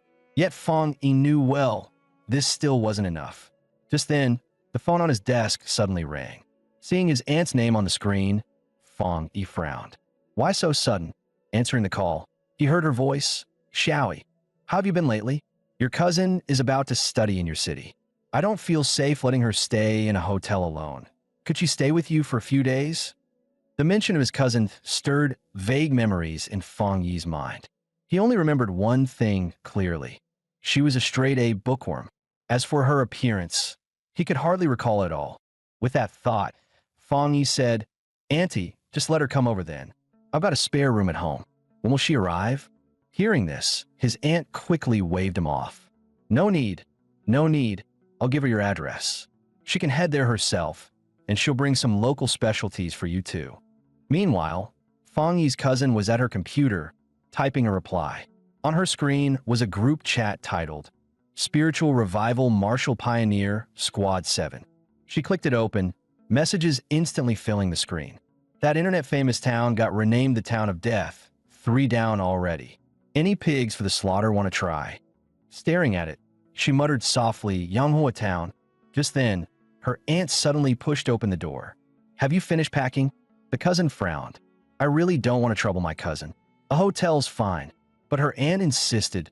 No way. It's safer at your cousin's place. And listen, don't cause him trouble. Help out where you can, understand? Unable to win the argument, the cousin pushed her gently. All right, I got it. After closing the door, she sighed inwardly. One step at a time, I guess. No matter what, dealing with my cousin can't possibly be harder than facing anomalies. Before long, Lin Yi arrived at Fong Yi's residence, guided by the navigation. Looking up at the building, she thought this should be the place. When Fong Yi stepped outside, the girl called out tentatively, Cousin. Fong Yi blinked in confusion. You're Lin Yi, but staring at her now, he realized he couldn't recognize his cousin at all. After a brief exchange, Fong Yi said, So you're here for the summer program? If you need anything, just let me know. Here's a spare key. Your room is right across from mine. I'll head back to my room first. With that, he handed her the key. Lin Yi accepted it and replied softly, Okay, sorry to trouble you these next few days.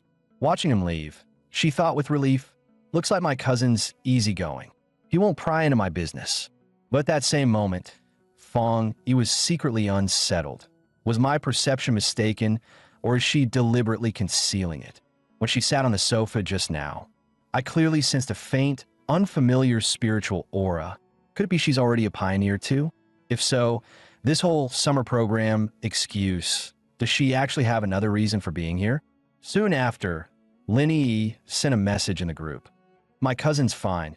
Seems like he won't interfere with what I'm doing. When do we act? Someone replied, No rush. Keep it low-key. Things are chaotic here. Lots of polluted zones, but pioneers are quick to stake their claims. Reading the chat, Lin Yi thought, forget it. I just got here. Better not start cultivating yet.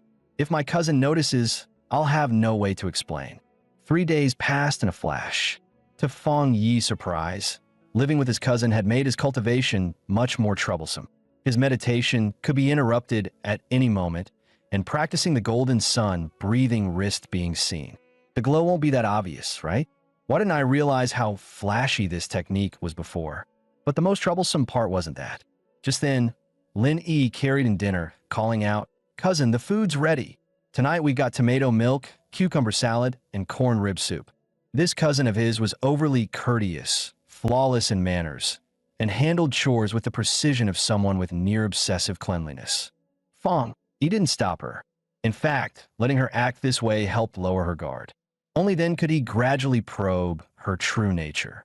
But at that moment, Lin Yi's phone suddenly rang. Fong Yi glanced over and said casually, What is it? A friend calling? Go ahead and talk. I'll head back to my room. Once Fong Yi had really left, Lin Yi finally dared to answer the call. What? The heavenly change is happening again tomorrow? You're sure? Afternoon? 3 o'clock?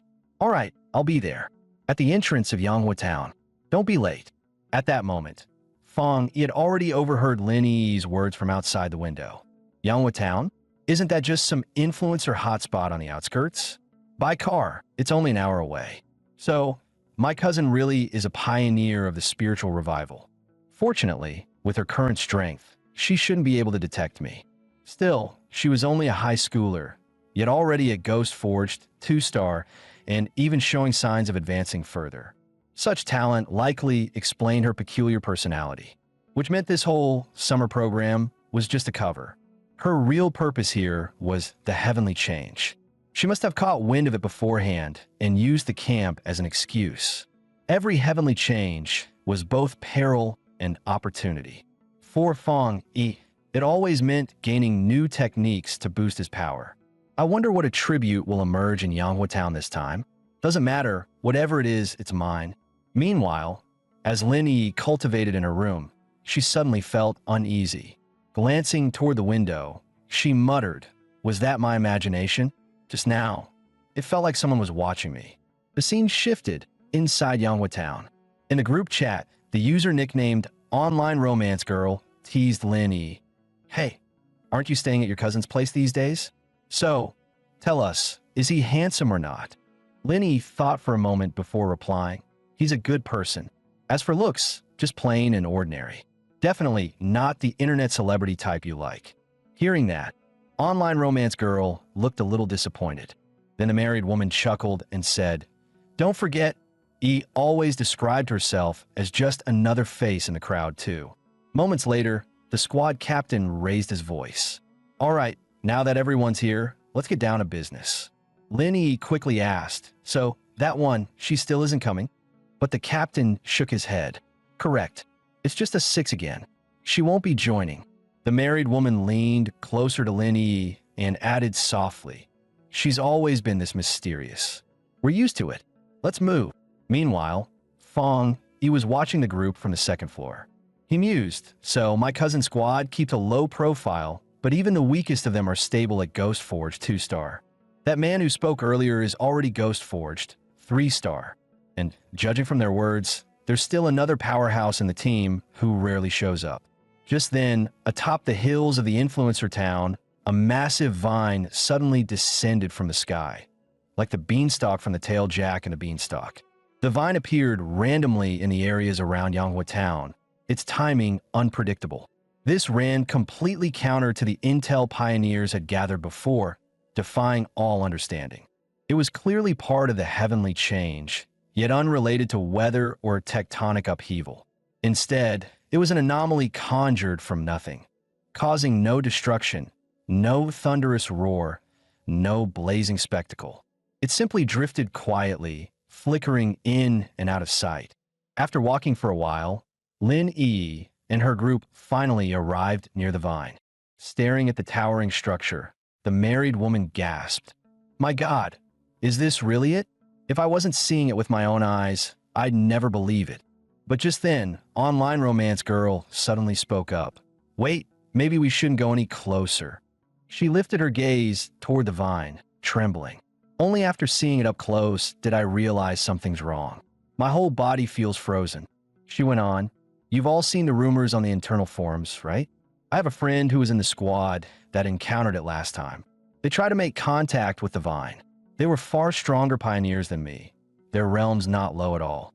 But after coming here, they all vanished. I can feel it, one up the same way. Nothing left of us but unmarked graves." Her voice shook harder. "I once thought I could face the gambler's path of a pioneer, either return with riches or die without a trace. But seeing this thing, I feel nothing but instinctive terror. My gut tells me, this time we're facing a higher tier heavenly change, something unknown, something overwhelmingly powerful. I don't want to bury everything here. I want out." Hearing her words, Lin Yi also nodded. "You're right. We all feel it. This wooded tribute, vine, carries an aura of desolation. I can't describe it fully. It feels like something drowned in the river of time, where all things have perished and life itself has faded away. That's why it fills us with such unease, as if it's trying to swallow our very life force." But the next second, she suddenly gripped Online Romance Girl's hand and declared, "Still, this is the path of martial pioneers." Meanwhile, up on the hillside, Fong E2 sensed the suffocating dead aura. Of all the heavenly changes he had witnessed, aside from dark attribute anomalies, this vine gave him the most unsettling feeling. The fact that they had chosen to cultivate here truly took courage. A plant should symbolize vitality, yet this one radiated death. It didn't feel alive at all, more like a corpse disguised as life, utterly devoid of spirit energy. At that moment, Lin Yi raised her voice. "Everyone, we don't have time to hesitate. Since it's dangerous, let's attune ourselves here. Stay within sight of each other. Don't wander too far. That way we'll at least have some measure of safety." With that, she leapt onto a sturdy branch, crossed her legs, and began her cultivation. Watching this, Fong Yi couldn't help but admire her. Not bad. She's cautious, choosing just the right distance to attune herself. Truly a top student, calculating the position for maximum benefit, neither reckless nor timid. When he saw Lin Yi's energy surge skyward, he realized instantly she was about to advance. Already reaching the threshold of 3-star so soon, my cousin really is a prodigy. At that moment, her teammates also noticed the ghostly axe sigil above her head and cried out, "Ghost Forged 3-star. Amazing ease breaking through." But just then, the vine's branches began creeping slowly in their direction. Their captain immediately sensed something was wrong. He shouted at once, "Not good. The vine's moving toward us." The married woman's eyes widened in disbelief. "What? From this distance, it can sense us? How is that possible?" Yet before they could react, several teammates were already ensnared, dragged away by the vine's tendrils. Online romance girls screamed in terror, "Run! Run now! If we don't, we'll die here." It's E's breakthrough. It's drawn the vine. We can't get caught. Once it coils around us, the aura of desolation will instantly cling to our bodies and melt us alive. Meanwhile, Lin Yi was already ensnared by the vine, her protective shield cracking in several places. Seeing some of the squad ready to abandon her, the married woman grabbed online romance girl's hand and cried out, "No, we can't leave yet. E will be in danger." But online romance girl screamed back, "And what do you expect me to do? Burn my spirit energy to guard her?" She chose to break through here. It was her decision. Now she's putting my life on the line just so she can get stronger. Even the captain tried to dissuade her. Life and death are fate. Wealth is decreed by heaven. If we don't run now, we'll all die here. Don't be reckless. You're too young to throw your life away. After all, we're nothing more than chance companions. Before he could finish, the married woman slapped him hard across the face. She snapped, "Then go, all of you. I will never abandon a comrade." Fong Yi witnessed all of this from above. He thought grimly, "My cousin still has no idea how dire her situation is. She's just a student. Against this terrifying vine, I can't be sure my strength will be enough to save her, but time is running out. Still, I gave my aunt my word. A promise is a promise, and I won't break it." At the same time, the married woman had already rushed into the vines, desperate to save her teammates. But the vine gave her no chance. In the blink of an eye, it ensnared her tightly as well. Lin Yi's protective shield, battered by the relentless assault, was on the verge of shattering. In that critical moment, Fong Yi gripped his long blade and soared into the air, as the married woman cried out Yi's name in despair. A golden slash of sword light crashed down from the heavens, cleaving into the vine. A lone figure stood upon that radiant blade, like a war god descending from the sky. The sight left everyone gasping. The vines recoiled, halting their attack altogether. Wherever the golden sword light spread, countless tendrils snapped apart with sharp cracks. Watching Fong Yi shatter the vines with sheer aura alone, the others were stunned into silence. They could only marvel. Is he also a pioneer? That blinding radiance forced their eyes shut. This must be the pinnacle of solar attribute power. Only such a high-tier force could dare drive back the withering vines head-on. At that moment, the squad leader stared at Fong Yi, his face twisted with unwillingness. "Why? I've always considered myself a genius, reaching Ghost Forged 3-star in such a short time. Across the nation, only a handful could match that pace. Even that mysterious prodigy aside, even Lin Yi's talent is only on par with mine. But if someone like this exists among the pioneers, then what are we? Just faint stars meant to highlight the brilliance of the moon? He didn't just crush me. No, he crushed every pioneer among us. What kind of existence is this man?" Just then, the system chimed. Extreme wood attribute detected. Compiling technique. Compilation complete. Endless vitality. Instantly draws upon all surrounding life force to rapidly heal one's injuries. Hearing this, Fong Yi marveled. Such a powerful wood technique.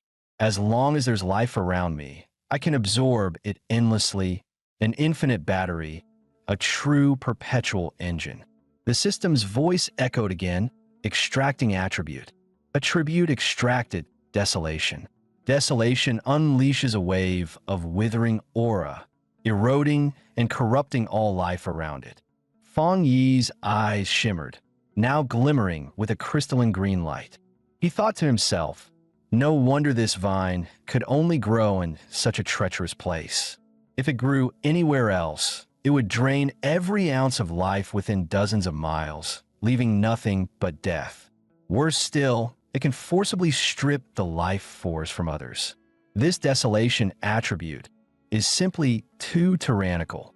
Just as Fang Yi was lost in thought, the married woman behind him suddenly called out, "Thank you, young man. You saved our lives. Without you, we'd all be dead. How can we ever repay you?" Fang Yi only waved his hand dismissively. No need. Till we meet again. In his heart, he knew he had simply taken advantage of their intel, which allowed him to seize both endless vitality and the desolation attribute. Truthfully, he was the one who profited. As for the quarrels within their group, he had no intention of interfering. What mattered now was keeping an eye on his cousin. In times of crisis, people reveal their true natures, and a fractured team like this would never last in the face of a heavenly change. Watching Fang Yi leave, online romance girl muttered helplessly, "He left so quickly. What do we do now?" The man sneered, "What?" regretting not helping back there. Now that the threat was gone and Lin Yi had advanced to 3-star, the smartest move was clear. Stay in this squad, no matter what. Moments later, Lin Yi slowly opened her eyes. The married woman rushed forward. "Yi, you're awake?" But the man knew better. Now it all depended on whether she had the sense to hold her tongue. If she spoke out about what just happened, it would only tear the group apart. Better to focus on the real question. Who was that mysterious stranger? At that moment, Lin Yi looked at the others in shock, demanding, "What happened? And why are they like this?" Then her eyes fell on the lingering flames scorched into the nearby branches. She gasped, "Such overwhelming solar attribute residue. Even from this distance, I can feel its searing heat pressing down on me." The man stepped forward and said, "Let me explain what happened." He then recounted the events to Lin Yi, though not without holding back certain details. Before long, the group was on their way back home. Lin Yi was still shaken. Could someone that powerful truly exist? Just moments ago, Chang Mao had told her, that man was a monster. We couldn't even scratch the vine no matter how hard we tried. Yet he forced it back with a single strike. Look at it now. The vine has retreated high into the sky, not daring to come near. That's his deterrence. Even after he left, the vine cowers like a tamed chicken, nothing like the raging terror from before. With that thought, Lin Yi pushed open the door and stepped inside. No sooner had she entered than Fang Yi asked, "You're back? You don't look so good. Your face is pale." Lin Yi forced an awkward smile. "Just studying, it's exhausting." Fang Yi didn't press further. He only remarked, "Pretty diligent, huh?" and told her to get some rest. Once inside her room, Lin Yi nearly collapsed. Breaking through takes such a toll. Every time I channel spirit energy into the ghost axe, I have to focus completely. It's more draining than pulling all-nighters for a month straight. Good thing I'm no longer ordinary. A few sleepless nights won't kill me. Still, this is the fate of a pioneer.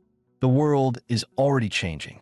A peaceful life like my cousin's, it's no longer possible for me. Just then, Lin Yi's eyes widened at the sight of her phone. In the group chat, the legendary mysterious powerhouse Chilon had spoken. "If there are any traces of that strong one again, notify me." Lin Yi was stunned. This was the first time Chilon had ever spoken in the group. She quickly replied in the group chat, "Understood, Chilon. But I have a question.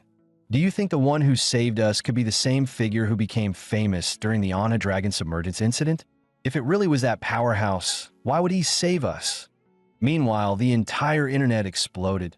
Breaking news. A supreme solar attribute expert has appeared. That strike was like a rainbow piercing the sun.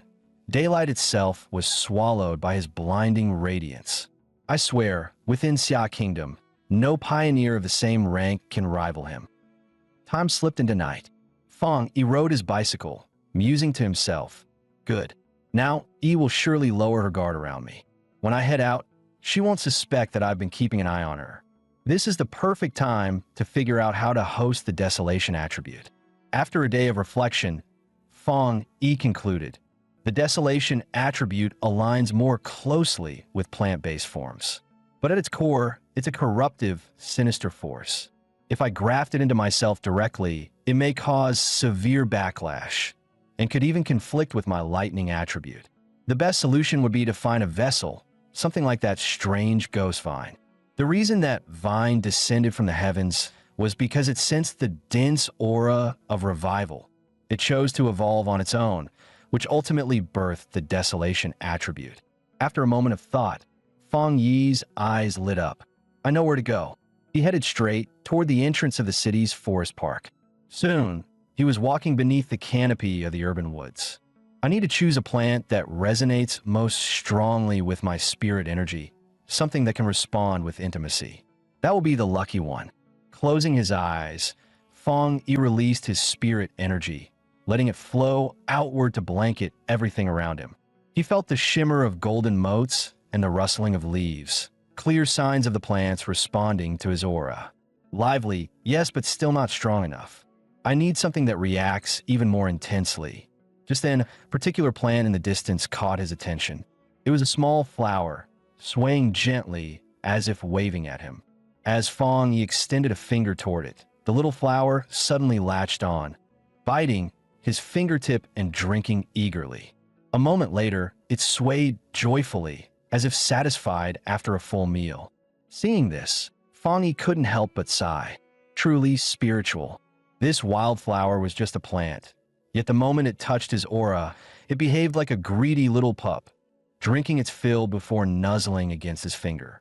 Among the entire forest, only this one responded so strongly to his energy. Perfect for hosting the desolation attribute. Then it's decided, it'll be you. Ready. The system's prompt rang out. Confirm, implant desolation attribute into this plant.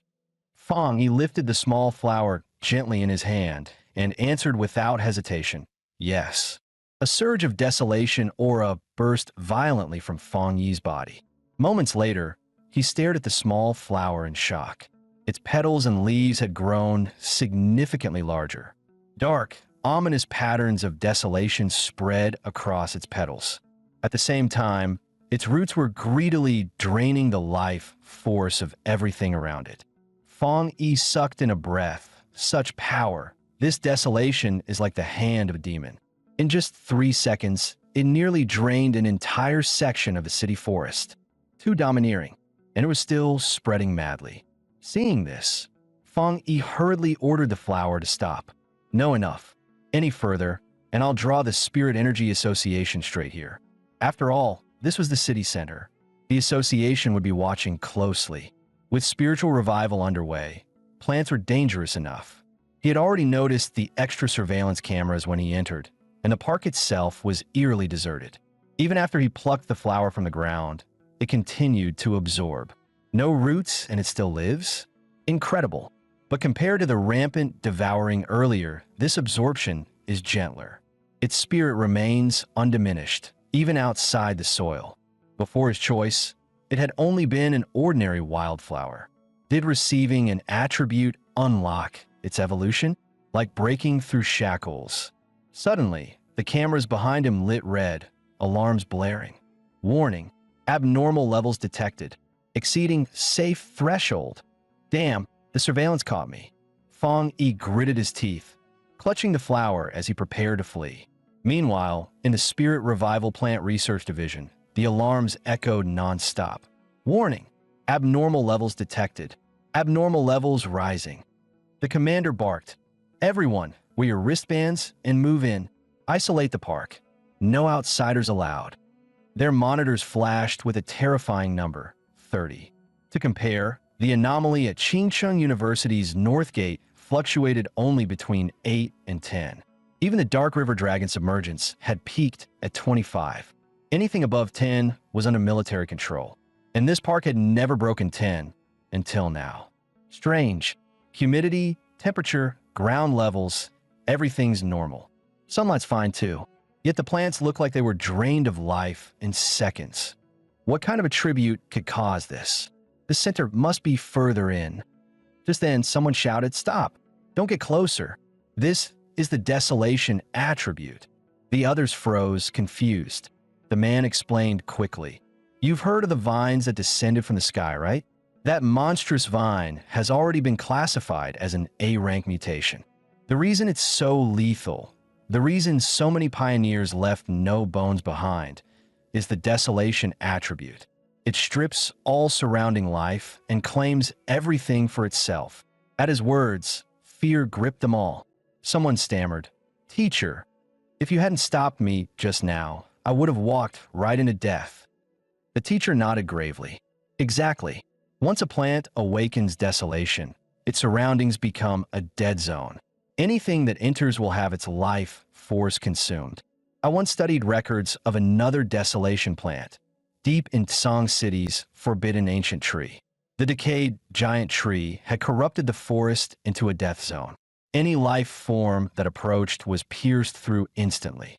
Under the heavenly changes, plant mutations are not to be underestimated. And of all known plant attributes, desolation is the strongest. Until now, only the ancient tree and that vine bore it. But now a new one has appeared. At that moment, a hand clapped a researcher's shoulder. "I've already heard the situation." Turning, they saw none other than Major Han. His voice rang out.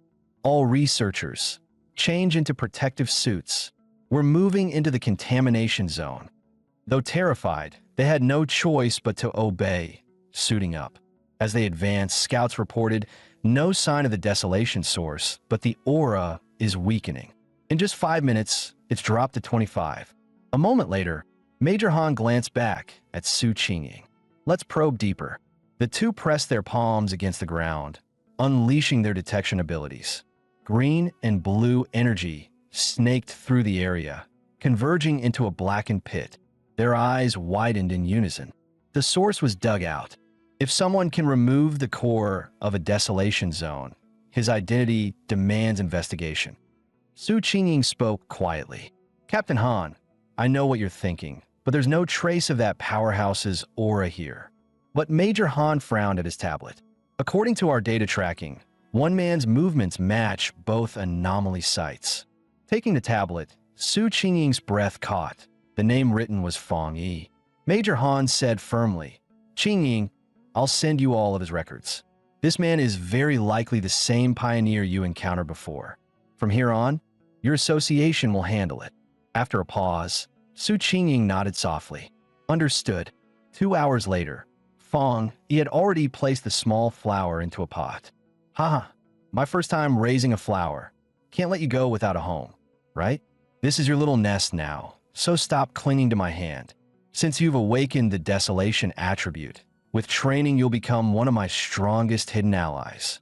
Staring at the flower, Fong Yi thought, "This desolation power is too unique. In battle, it'll definitely give me an edge, maybe even unexpected surprises. And with its plain, ordinary look, even if Lin Yi happens to see it, she won't suspect a thing. On the battlefield, strength is only part of victory. The real key is who has more hidden cards." Just then, his phone suddenly rang. The caller ID, none other than Lao Wang, a friend he hadn't spoken to in years. That guy, Wang Liang, my childhood neighbor, my desk mate from grade school through junior high. We were supposed to stick together in high school too, but he suddenly ditched us to enlist in the army. Fong Yi picked up with a smile. "You brat, you're back?" "Yeah." "Fong Yi, let's grab a drink." "Same place as always." Fong Yi frowned. "Out of nowhere." But Wang Liang replied mysteriously, "I've got a huge secret to tell you. Just don't faint when you hear it."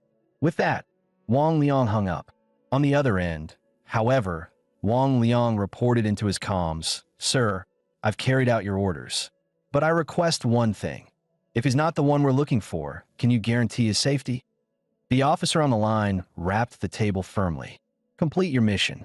Don't say more than you should. If he isn't the one, then, as his friend, give him a warning, nothing more."